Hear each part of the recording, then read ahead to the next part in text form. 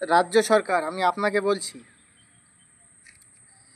আপনার পুলিশ মন্ত্রীকে আপনি বলবেন ভালো করে বুঝিয়ে, যেন যেই গুন্ডাটা আপনার পুলিশের মধ্যে ছিল সেই গুন্ডাটাকে নওশাদ সিদ্দিকী ভাইজানের পায়ে এসে ক্ষমা চাইতে।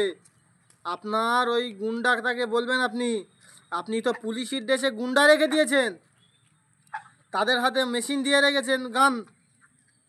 আপনি কি গুন্ডা বাহিনী পুষছেন? আপনি আমাদের ট্যাক্সের টাকায় চলছে, আবার আমাদেরকেই মারতে আসছে। আজকে আমি বেশি কথা বলতে চাইছি না, কারণ আজকে আমার খুশির দিন।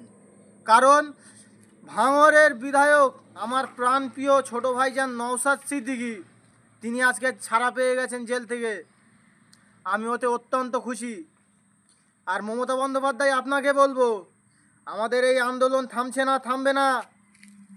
আর বাংলার মানুষদেরকে বলবো, বিশেষ করে আমার যুবক ভাইদেরকে বলবো, বোনেদেরকে বলবো, আমি আন্দোলন যেন না থামে, পুরো বাংলা কাঁপিয়ে ফেলতে হবে।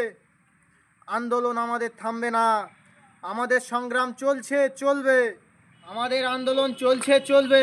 শুনছি কিছুক্ষণের মধ্যে নওশাদ সিদ্দিকী জেল থেকে ছাড়া পাবে এবং তিনি নাকি ফের আন্দোলনে নামছে। তা সকলেই চলুন, কলকাতার রাজপথ জাম করে দিতে হবে। আমাদের সংগ্রাম চলছে, চলবে, চলছে, চলবে। আমাদের মিছিল থামবে না। ওয়াকাফ কারুর বাবার সম্পত্তি নাকি? ওয়াকাফ কারুর বাবার সম্পত্তি নাকি?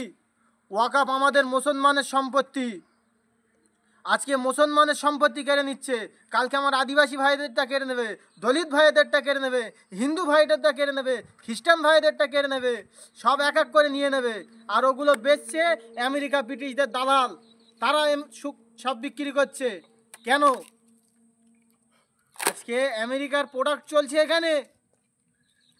আমেরিকার ব্রিটিশদের দালালদেরকে আমি বলতে চাই, তোমরা এখনো সময় আছে, ভুলটাকে শুধরে নাও, নাইলে ওই চটি চাটা তোমাদের সোজা হয়ে যাবে।